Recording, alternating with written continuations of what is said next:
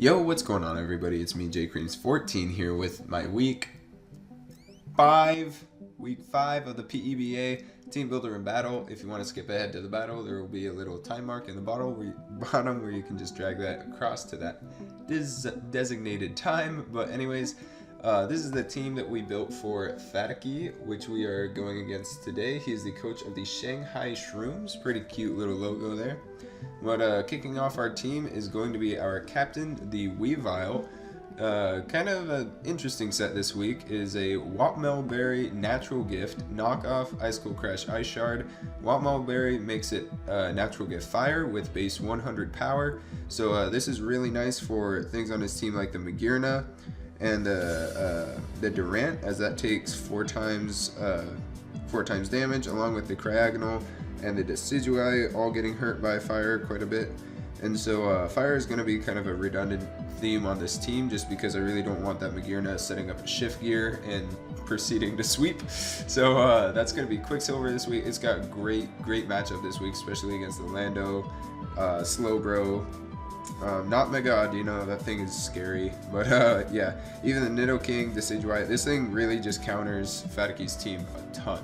But next up is Undergrowth, the Mega Venusaur, making its second appearance with a Chlorophyll, which will be Thick Fat, Synthesis, Giga Drain, Sludge Bomb, and HP Fire. Synthesis is there just to get health back, because I noticed that this thing was taking too much damage in the last battle that it was in. And so Synthesis will really help this stay alive. Giga Drain is just there for powerful stab along with Sludge Bomb.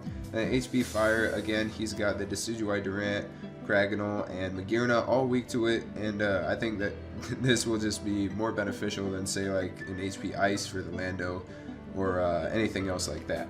So yes, Mega Venusaur is really looking good this match. He doesn't have a whole lot to hurt it with, except for like the Decidui and the Slowbro, but we'll get to those counters later. Next up is Spin Cycle, the specially defensive Rotom Wash with the Lagging Tail, Hydro Pump, Volt Switch, Pain Split, Trick. Lagging Tail will make sure that the Pokemon holding it will go last in the priority, so it doesn't matter how fast they are. They could be 4 billion speed, they will still go last. So that's why we were bringing the Trick Lagging Tail to just so that like Chandelure and Togekiss, Make-A-Wish, everything like that can be sure to outspeed the Mon that we tricked that onto. It'd be pretty funny if we tricked it on a Slowbro, as everything on my team will be outspeeding that. Unless Trick Room comes up, then Rotom's time to shine will be there. But anyway, so that's going to be Rotom. He has a ton of special attackers on his team, not a whole lot of physical attackers, so that's why I was going with a specially defensive Rotom this week, as Pain Split can't help it get some health back. So that's going to be Spin Cycle. Next up is Make-A-Wish with the super hacks Jirachi this week, holding the Razor Fang, which increases the chance to flinch by 10% on flinching moves. With the Serene Grace, that might bring us up to an 80% chance to flinch with Iron Head, and a, let's see, 20 plus 10, 30, 60? I believe 60% chance was in Headbutt, so along with that, we're going Thunder Wave, so super duper hacks this week. I'm just going to embrace it and see if we can put in work with this, along with the substitute, to hopefully just really hurt Fadakie's team. We'll see how it works out, though. I was playing with this team on the ladder a bit, and I could not get any flinches. Like, I hit probably 9 Iron Heads and didn't get a flinch with the Razor Fang, so who knows, it might backfire. But let's go long and go to Chandelure, the aka Scorch, holding the Colbur Berry, which decreases the power of dark type moves, super effective dark type moves.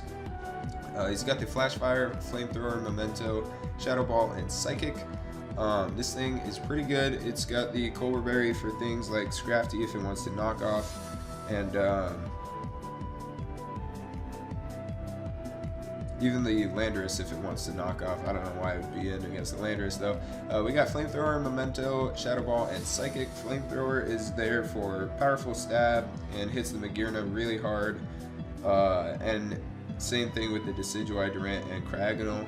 I don't know why I prepped for those 4 Pokemon so much, but you know, that's there.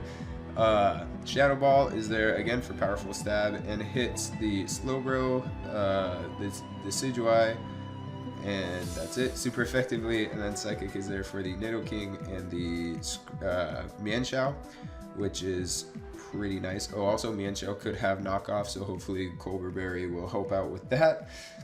Next up is Togekiss, the Togekiss, holding the leftovers Air Slash, Defog, Flamethrower, Dazzling Gleam. This thing is pretty nice to have.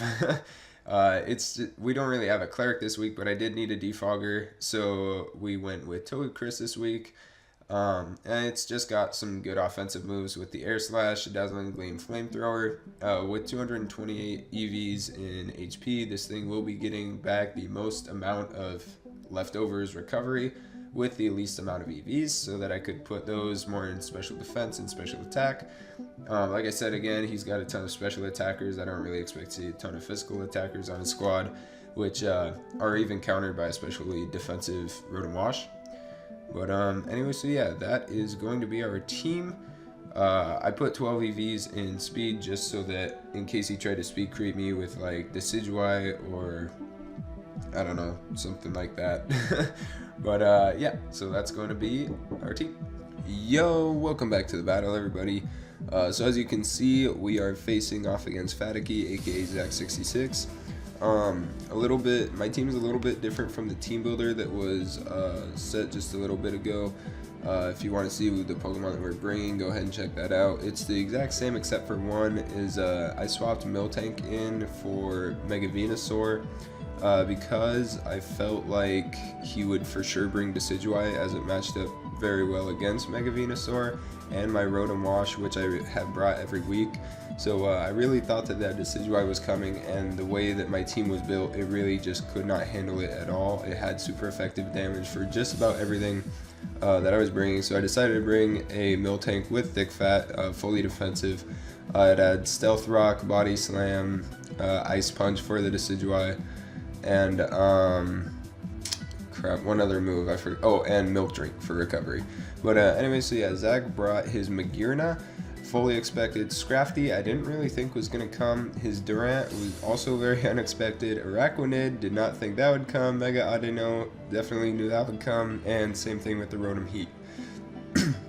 So 3 of those Pokemon I prepared pretty well for, or at least fairly well for. And the other 3 I just didn't really know what to do about him. I mean, I had fire coverage on just about everything for the Durant, so I wasn't too worried about that. But anyways, looking at his team, he has no hazard removal, and he has Rotom Heat, which is weak to rocks. He has Araquanid, which is weak to rocks, and Durant takes 12% from it. So yeah, a couple things that have neutral damage. Sorry, my mouse was on the screen there. But anyways, let's get into this battle. I'm going to lead out with my Miltank to set up Stealth Rocks. I'm not really sure what he's going to lead out with, as he does lead out with the Durant, aka Ants, so I'm going to lead out with Utterly Satisfied, get my rocks up as he goes for a superpower. That does a ton of damage, but I calculated nothing would kill Utterly Satisfied from full. So I get my rocks up as he goes into Stilts, as I swap out into Jirachi. So this thing is Razor Claw, or Razor Fang, of course. So I set up the sub predicting a possible Watery MZ move, and just go straight for the Liquidation. I go for the Paralyze, get it, and I go for the Zen Headbutt. Do not get a flinch or a para. He breaks through, hits me with a very powerful Liquidation. I go for the Iron Head, 80% chance to flinch, and nothing. And he ends up killing my Jirachi, my only counter for Mega Idina. So not a good start at all for us.